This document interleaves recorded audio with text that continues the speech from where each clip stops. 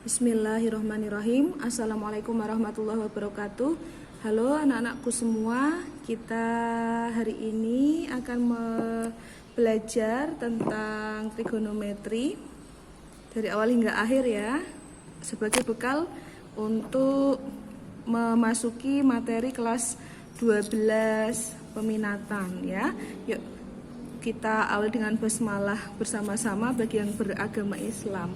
Mari saya hantarkan. Bismillahirrahmanirrahim. Oke. Ya. Di sini saya akan jelaskan tentang yang pertama tentang rumus dasar trigonometrinya ya. Oke. Di sini misalkan saya punya segitiga ABC dengan sudut CAB kita namai sebagai sudut alfa. Ya. Maka di sini sisi BC itu statusnya sebagai sisi yang berada di depan sudut alfa. Kemudian sisi AB merupakan sisi samping dari alfa dan sisi AC merupakan sisi miring dari alfa. Oke, nanti kalau kalian bertemu dengan segitiga apapun yang perlu kalian ingat adalah sisi miring itu tidak pernah berubah ya, meskipun segitiga ini dijungkir balikkan. Sisi miring itu tetap merupakan sisi terpanjang. Ciri-cirinya adalah dia berada di hadapan sudut siku-siku. Jadi selalu seperti itu. Oke. Kemudian yuk kita akan mengingat kembali tentang rumus sin, cos, tan dan lain-lainnya ya. Maka di sini sin alfa sama dengan demi, depan per miring. Cos alfa sama dengan sami, samping per miring. Dan tan alfa sama dengan desa, depan per samping. Jadi demi, sami, desa. Masih ingat ya? Demi, sami, desa. Kemudian bagaimana dengan kosekan, sekan, dan kotangen? Ya, kita tinggal ingat aja pasangan dari masing-masing. Oh, sin itu pasangannya kosekan, berarti kosekan adalah sepersin alfa. Kalau sepersin berarti kan kebalikannya, sin itu demi, kalau ini berarti mide, tinggal dibalik ya. Kemudian cos pasangannya siapa? Cos itu pasangannya sekan, berarti kalau ditanya rumus sekan dia sama dengan sepercos, dan ini kebalikannya, cos itu sami, sekan berarti misa. Seperti itu. Jadi kalian tidak perlu susah-susah hafalin semuanya, cukup ini dan pasangannya siapa begitu ya. Tan juga begitu. Tan merupakan pasangan dari cot. Jadi kalau ditanya cot alfa sama dengan sepertan alfa atau sama dengan sade, samping per depan ya, kebalikan dari tan. Oke, seperti itu untuk rumus dasar trigonometri. Dan satu lagi, tan alfa itu sama dengan sin alfa per cos alfa. Jadi kalau kalian mencari besar suatu sudut, misalkan tan 30 derajat, kalian lupa, maka kalian bisa mencarinya dengan mengubahnya bentuk menjadi sin alfa per cos alfa. Sama dengan sin 30 derajat per cos 30 derajat, seperti itu. Itu hanya contoh saja. Gitu ya. Itu untuk bagian yang A. Sekarang bagian yang B, besar sudut istimewa. Oke, di sini yang saya tuliskan hanya sedikit saja, dari 0 derajat, 30 derajat, 45 derajat, 60 derajat, dan 90 derajat. Karena nanti untuk yang ke 90 derajat ke atas, kita pakainya pembagian di kuadran, itu rumus yang di kuadran 1, 2, 3, 4 gitu ya. Oke, untuk sin, hafal ya, ini sudah hafal ya, jelas. 0, setengah, setengah akar 2, setengah akar 3, 1. Kemudian untuk cos alfa, ketika alfanya diganti ini, maka sama urutannya seperti sin tetapi dari belakang. 0, setengah, setengah akar 2, setengah akar 3, 1. Kemudian tan tadi sudah saya sampaikan bahwa tan alfa sama dengan sin alfa per cos alfa. Jadi kalau kalian lupa yang tan, ya tinggal ini aja. Tan 0 derajat berarti sin 0 dibagi cos 0. Berarti podo karo 0 per 1. Ya 0 gitu ya. Untuk yang tan 30 derajat berarti setengah per setengah akar 3. Setengahnya dicoret berarti tinggal 1 per akar 3. Kalau dirasionalkan dikalikan dengan akar 3 per akar 3 jadinya sepertiga akar 3. Kemudian tan 45 derajat berarti setengah akar 2 per setengah akar 2 sama dengan 1. Kemudian tan 60 derajat setengah akar 3 per setengah. Nah, setengahnya hilang, dicoret ya. Setengah dibagi setengah tinggal 1. 1 berarti tinggal akar 3 per 1 sama dengan akar 3. Kemudian tan 90 derajat berarti sama dengan 1 per 0. Nah, karena ini bukan limit, maka jawabannya adalah tak tentu atau bukan tak tentu ya, tak terdefinisi atau tidak ada ya. Jadi 1 per 0 itu tak terdefinisi. Kalau ini dalam limit 1 per 0 nanti hasilnya tak hingga beda lagi, tapi ini kan tidak dalam limit gitu ya. Coba kalau kalian cari di kalkulator, kalian cek ya, 1 dibagi 0 hasilnya apa? Pasti undefined ya kan, atau tidak terdefinisi atau tidak ada begitu. Oke, sampai di situ untuk bagian yang B. Oke, sekarang kita lanjutkan ke bagian C, yaitu sudut negatif ya. Untuk sin negatif alfa nilainya sama dengan min sin alfa. Untuk cos negatif alfa nilainya sama dengan cos alfa, tetap positif. Kenapa? Karena cos di kuadran 4 itu selalu positif ya. Kalian masih ingat nggak kalau perputaran sudut ini kan misalkan kita punya seperti ini ya. Kalau sudut positif itu kan larinya berputar berlawanan arah jarum jam begini, ya kan? Nah, kalau negatif itu dia searah jarum jam ke sini. Nah, jadi kalau sudut negatif 30 kan di sini, berarti dia di kuadran 4, sehingga nilai cosnya selalu positif. Makanya di sini cos negatif alfa sama dengan cos positif alfa ya. Nah, kalau untuk tan negatif alfa nilainya sama dengan min tan alfa. Nah, jadi contohnya bagaimana? Misalkan kita cari nilai dari sin negatif 30 derajat, maka jawabannya adalah min setengah. Karena di kuadran 4, sin itu nilainya negatif. Kemudian cos negatif 30 derajat, nilainya sama dengan cos 30 derajat, sama dengan setengah akar 3. Ingat, cos itu di kuadran 4 nilainya positif.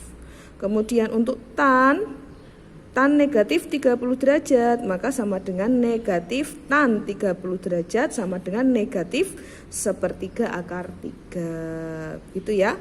Itu untuk sudut negatif. Oke, kita lanjut ke bagian D, yaitu mengenai identitas trigonometri. Ya. Sekarang untuk yang pertama adalah ini, kalian pasti sudah tahu semua ya. Kalian kan anak pinter-pinter. Sin kuadrat X ditambah cos kuadrat X sama dengan 1. Kemudian apa lagi? Yang satunya apa? Tan kuadrat X. Nah, ini agak berbeda ya. Ditambah 1 sama dengan sekan kuadrat X. Jadi nanti kalau sekannya dipindah ke sini berarti jadi negatif, ya kan? Untuk selanjutnya cot kuadrat X ditambah 1 sama dengan kosekan kuadrat X.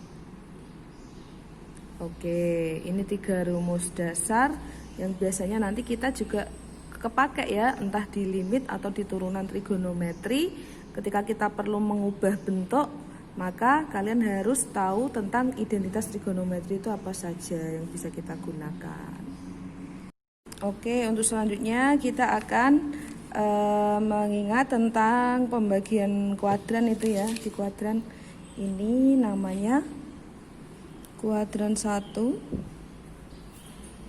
ini kuadran 2, kemudian ini kuadran 3, dan ini kuadran 4.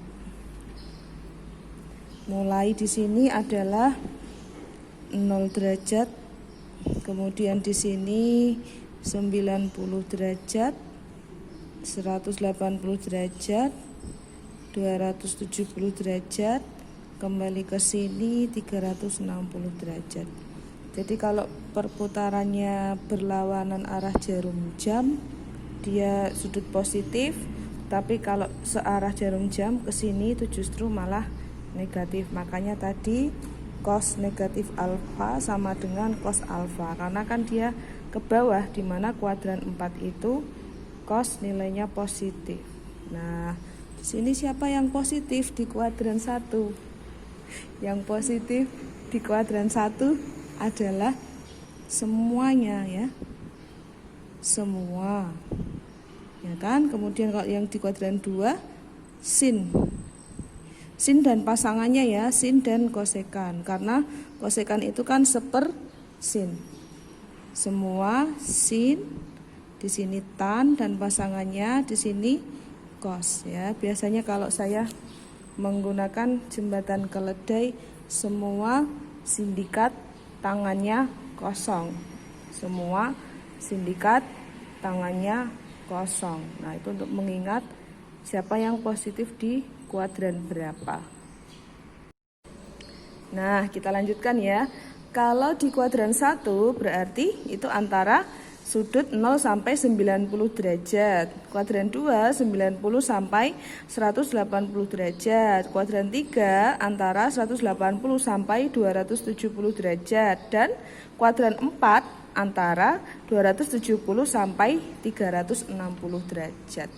Nah, kalau ini tuh ada 2 itu Cah. Kalian tinggal pilih pakai itu yang mana. Itu kan yang 180 min gitu toh, 180 plus dan seterusnya. Kalau kalian pakai rumus dengan 180 derajat dan 360 derajat itu tetap ya dia. Jadi sin itu tetap sin ya. Kemudian cos tetap cos, tan tetap tan. Tetapi kalau kalian pakainya yang 90 derajat dan 270 derajat, itu dia berubah ya. Jadi kalau sin itu nanti berubah jadi cos, kalau cos berubah jadi apa? Berubah jadi sin ya. Kemudian kalau tan berubah jadi cot. Itu ya. Nah, sekarang kita lanjutkan apa yang saya maksudkan tadi ya. Misalkan kalau di sini di kuadran 1 ya rumusnya berarti nggak bisa kita pakai 180 atau 360 ya. Kita pakainya yang terpaksa yang 90 ya. Ingat ya, di kuadran 1 itu semua positif, berarti di sini kalau ada sin 90 derajat min alfa berarti sama dengan cos alfa ya enggak? Karena di kuadran 1 semuanya positif ya, sehingga di sini cos alfanya juga positif. Cos 90 derajat min alfa sama dengan sin alfa. Sedangkan tan 90 derajat min alfa sama dengan cot alfa. Nah, kalau di kuadran 2, 3, dan 4 saya sarankan kalian pakai yang 180 min plus atau 360. Sehingga itu acek ya, nanti sin tetap sin, cos tetap cos, tan tetap tan, tinggal dilihat dia di kuadran berapa, begitu. Tetapi ya tetap harus tahu ini juga sih, harus tahu perubahan ini juga. Oke, sekarang kita tuliskan untuk yang di kuadran 2 ya. Di kuadran 2 ini, kalau sin 180 derajat min alfa sama dengan sin alfa ya. Sin tetap sin ya, kalau di sini kan sin jadi cos, cos jadi sin, tan jadi cot. Sin tetap sin. Ingat di kuadran 2 sin positif berarti ajet. Sekarang tan, cos dulu, cos cos 180 derajat min alfa sama dengan cos tetap cos ya. Cos tetap cos, tetapi karena di sini di kuadran 2 maka di sini jadinya min cos alfa. Kemudian untuk tan 180 derajat min alfa, berarti di sini tan tetap tan alfa, tetapi karena di sini di kuadran 2 maka depannya kita kasih negatif. Seperti itu. Itu untuk rumus di kuadran kedua. Sedangkan di kuadran 3, siapa yang positif di kuadran 3 tadi? Semua sindikat tangannya kosong. Berarti di kuadran 3 yang positif adalah tan dan pasangannya yaitu kotangen. Ya, karena kan kebalikannya toh sepertan. Oke. Berarti di kuadran 3 rumusnya adalah 180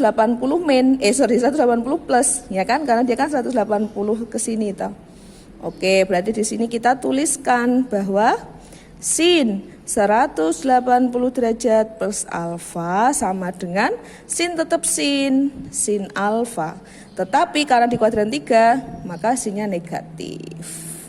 Kemudian cos 180 derajat plus alfa, cos tetap cos. Karena kita pakai yang 180, maka di kuadran 3 kita pakai negatifnya. Yang di kuadran 3 yang positif tan. Oke, lanjut tan 180 derajat plus alfa, tan tetap tan, kita tulis tan alfa. Karena di kuadran 3 maka tannya positif. Cukup jelas ya? Oke, sekarang kita lanjut ke kuadran 4. Yang di kuadran 4 ini berarti kita pakainya 360 min. Nah, biar lebih enak ya. Maka mulai dari sin 360 derajat dikurangi alfa, maka sama dengan ajek ya sin alfa, karena di kuadran 4 maka sinnya negatif. Kemudian apa ini selanjutnya? Cos 360 derajat min alfa, maka dia menjadi cos tetap cos alfa, di kuadran 4 cos positif. Oke, berarti tetap seperti ini. Kemudian yang terakhir tan 360 derajat min alfa, maka dia sama dengan min tan alfa ya. Jadi ini semua positif. Ini sin dan pasangannya yang positif, tan dan pasangannya yang positif, cos dan pasangannya yang positif. Oke. Untuk contoh sudutnya bagaimana nanti kita jelaskan secara terpisah ya, tapi ini biar utuh sebagai rangkuman rumus nanti yang tugas untuk kalian buat itu. Sekarang kita lanjut ke bagian F, yaitu aturan sinus, aturan kosinus, dan luas segitiga. Perhatikan di sini misalkan saya memiliki sebuah segitiga sembarang, segitiga ABC namanya. Nah, kalau aturannya misalkan saya punya segitiga dan punya nama seperti itu, segitiga ABC, maka sisi yang berada di hadapan suatu sudut ini maka bisa dinamakan dengan huruf kecilnya sudut yang di hadapannya. Misalkan ini ya, sisi BC itu berada di hadapan sudut A besar, maka nama lain dari sisi BC itu boleh juga dituliskan sebagai A kecil ya. Nih A kecil. Nah, A kecil di sini mewakili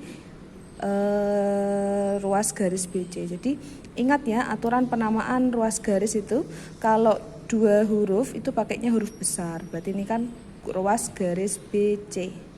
Atau boleh juga pakai satu huruf kecil, ruas garis A. Seperti itu aturannya seperti itu ya. Kemudian ini sisi AC berada di hadapan sudut B, maka nama lainnya adalah sisi B ya, B kecil. Kemudian sisi AB berada di hadapan sudut C, berarti nama lainnya adalah sisi C kecil. Kemudian untuk sudut biasanya kan pakai 3 huruf ya, dan di letak sudut itu berada di tengah-tengah. Misalkan sudut ini huruf A-nya kan yang di tengah harusnya, berarti nama lainnya adalah sudut CAB gitu. Kalau yang Ini sudut ABC. Kalau yang ini berarti sudut ACB atau BCA. Yang penting titik sudutnya tepat di tengah huruf. Atau boleh juga pakai satu huruf juga boleh ya, satu huruf besar. Oke, sekarang kita masuk ke yang bagian pertama, yaitu aturan sinus ya, aturan sinus yang pertama. Yang pertama adalah aturan sinus. Nah, aturan sinus ini berlaku A per sin A sama dengan B per sin B sama dengan C per sin C. Oke, jadi di sini maksudnya bagaimana? Maksudnya ini misalkan ada suatu segitiga ABC, kemudian ini kan yang diketahui sudut A, kemudian panjang sisi A, kemudian sudut B, yang kemudian mau cari panjang sisi B, maka kita bisa cukup pakai ini, A per sin A sama dengan B per sin B. Nanti kita bisa mencari panjang sisi B-nya menggunakan aturan sinus ini. Atau mungkin kita juga pakai yang ini, tergantung nanti kebutuhannya ya kan. Bisa juga pakainya yang dua ini, seperti itu. Paham ya? Di aturan sinus ini digunakan untuk mencari panjang sisi suatu segitiga atau besar sudut suatu segitiga apabila diketahui sisi-sisi ataupun sudut-sudut yang lain. Gitu. Kemudian untuk yang kedua ada aturan kosinus. Nah, di aturan kosinus ini mirip dengan Pitagoras, tetapi ini bisa berlaku untuk semua segitiga sembarang ya. Jadi tidak hanya seperti Pitagoras yang A kuadrat sama dengan B kuadrat plus C kuadrat, di mana A-nya sebagai sisi miring. Tidak cukup seperti itu karena dia tidak siku-siku, sehingga aturan kosinusnya itu A kuadrat berarti ini ya, sama dengan sisi yang lain B kuadrat plus C kuadrat dikurangi dengan 2 kali B kali C kali cos A. Nah, jadi polanya seperti itu. Jadi ini 2 kali BC ini sisi ini dan dikalikan dengan cos A. Cos dari cos sudut dari yang berada di hadapan sisi A. Seperti itu polanya. Ya, hampir sama dengan Pitagoras ya. Ini bisa digunakan untuk segitiga siku-siku enggak? Bisa. Nanti kan cos A-nya kan cos 90 derajat. Di mana cos 90 itu kan 0, sehingga pengurangnya nanti 0, sehingga rumusnya tinggal seperti ini. Gitu ya. Oke, sekarang kita lanjut ke kalau B kuadrat yang ditanyakan, misalkan panjang sisi B. B kuadrat sama dengan, berarti kita punya apa? Sisi yang lain selain B apa? Berarti A kuadrat plus C kuadrat dikurangi 2 kali sisi yang lain, A kali C kali cos dari sudut itu, berarti cos. Seperti itu. Lagi yang C kuadrat. Yang C kuadrat berarti sisi yang lain A kuadrat ditambah B kuadrat dikurangi 2 sisi lain, 2 kali sisi lain, 2 kali A kali B kali cos sudut itu, berarti cos C. Nah, ini adalah aturan kosinus. Ini digunakan untuk apa? Hampir sama ya kegunaannya, untuk mencari panjang sisi atau sudut dari segitiga sembarang apabila diketahui komponen yang lainnya. Oke anak-anakku semua, ada juga yang lebih suka menuliskan aturan kosinus dalam bentuk yang lain. Coba kita ulas ya di sini. Misalkan aturan kosinusnya kan A kuadrat sama dengan B kuadrat plus C kuadrat min 2 kali B kali C kali cos alfa. Sekarang kita coba pindah ruas ya, pindah ruas. Yang ini pindah ke sana semua. Sehingga kita punya 2 kali B kali C kali cos A sama dengan B kuadrat plus C kuadrat min A kuadrat. Kemudian maaf, ini harusnya ada tanda ekuivalen ya, ekuivalen, bukan via valen ya, ekuivalen. Karena kita mempertahankan kedua ruas, ruas kiri, ruas kanan. Ekuivalen, ruas kiri, ruas kanan, seperti itu.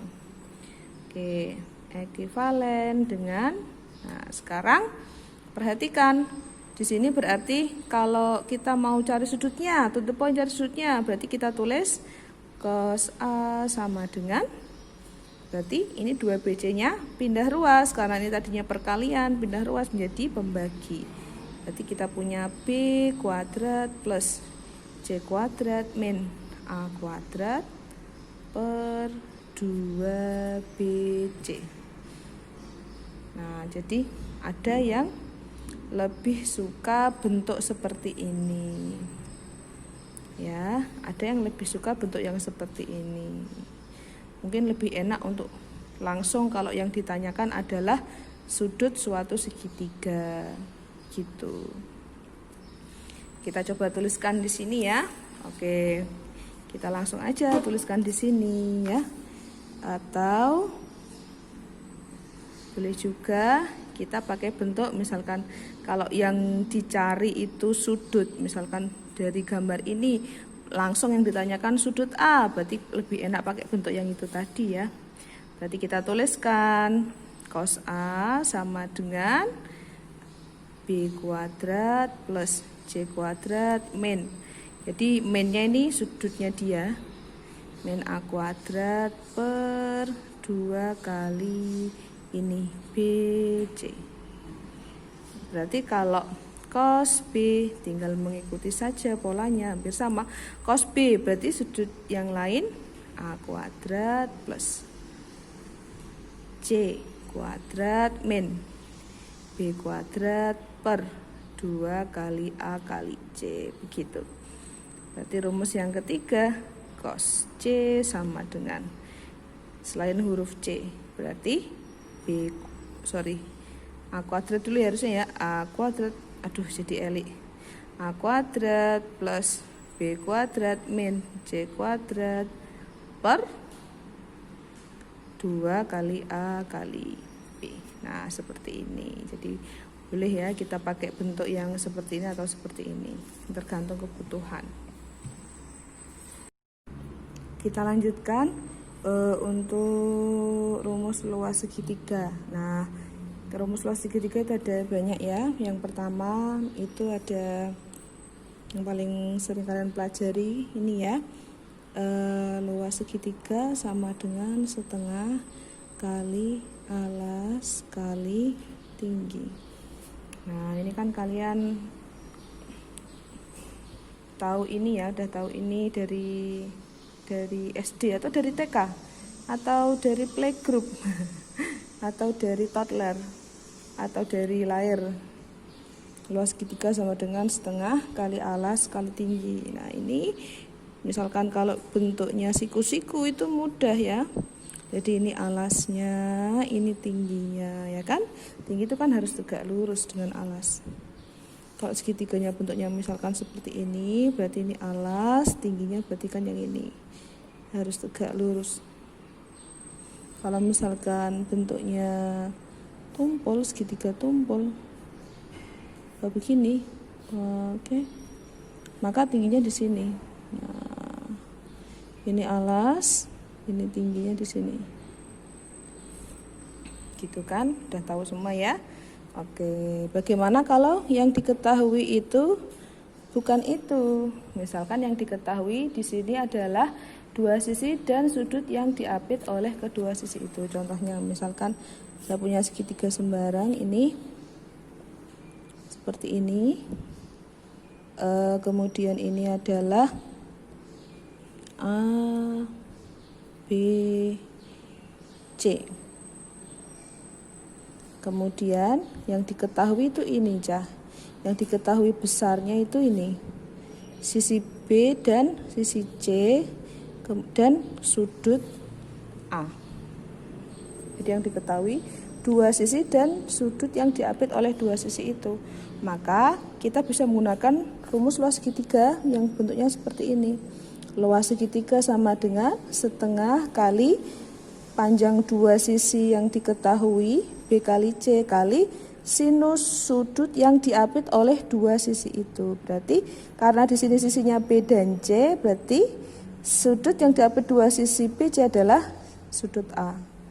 Jadi rumusnya adalah setengah kali B kali C kali sin A. Gitu ya. Bagaimana kalau yang lain? Dua sisi yang lain dan sudut yang lain. Ketika kita sesuaikan saja ya. Berarti luas segitiga sama dengan setengah kali, misalkan yang diketahui itu sisi ini ya. Sisi A dan C ya. Berarti yang diketahui sudut B-nya. Berarti setengah kali A kali C kali sin B. Yang satunya luas segitiga sama dengan setengah kali, berarti A kali B kali sin C. Jadi tergantung apa yang diketahui. Ini intinya jangan lupa ya, jadi sudut ini harus diapit oleh dua sisi yang lain. Kalau ternyata yang diketahui sudut lain, berarti caranya bukan ini, harus dicari dulu sesuai persyaratan ini ya. Jadi rumus ini kalau yang diketahui dua sisi dan satu sudut yang diapit oleh dua sisi.